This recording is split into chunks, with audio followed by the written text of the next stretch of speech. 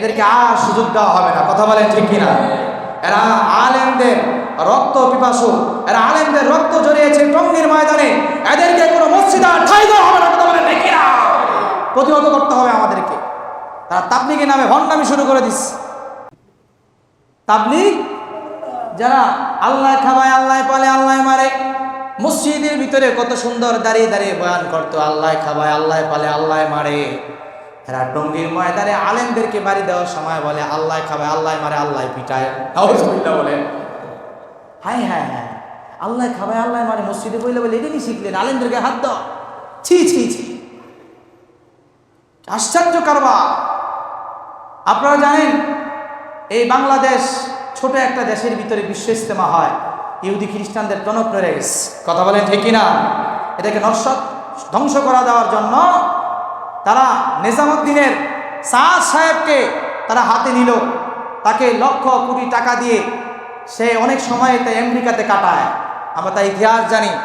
এই ব্যক্তি আজকে যাকে আমরা এতাআতি বলি আর কি, এই ব্যক্তির মাধ্যমে আজকে আমাদের দেশে গত সরকার যারা ছিল, সরকার এই সমস্ত বাতিল ফেরকাদেরকে তারা বেশি সাপোর্ট করেছিল। এজন্য আমরা এত শক্তি থাকা সত্ত্বেও, সংখ্যায় বেশি থাকা সত্ত্বেও, ওলামায়ে কেরাম, মূলত বিষয়টা হচ্ছে তাবলীগের বিষয়টা আমি আপনাদেরকে বলি।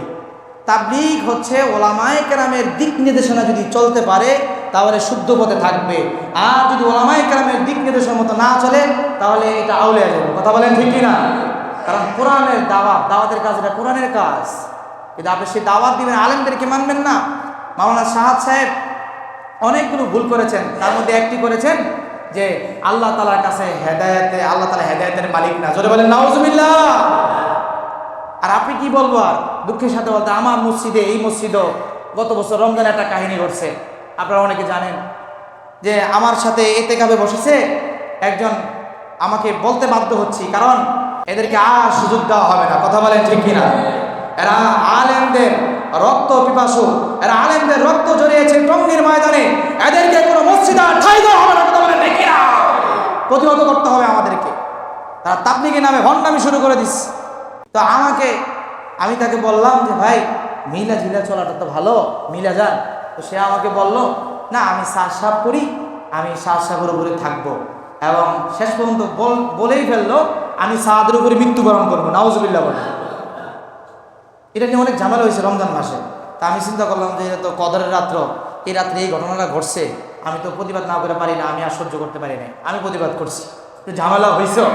যাই হোক প্রিয় ভাইরা আমার, দেখেন আমি নিজেই প্রমাণ, আমার নিজের সামনে এসে বললো আমি সাদের উপরে মৃত্যুবরণ করব। এটা যদি কোনো মানুষের আকীদা হয় তাহলে তার ঈমান আছে। আপনারা বলেন ঈমান আছে? ঈমান নাই। মুরিদের ঈমান না থাকলে পীর সাহেবের ঈমান থাকে না। তাহলে পীর সাহেবের কি অবস্থা আপনি খোঁজখবর নেন। ইনশাআল্লাহ টঙ্গীর ইজতেমা একটাই হবে, আলেমদের তত্ত্বাবধানে হবে। কথা বলেন ঠিক কিনা? আল্লাহ তাআলা আমাদের মানার বোঝার তৌফিক দান করেন। আমিন।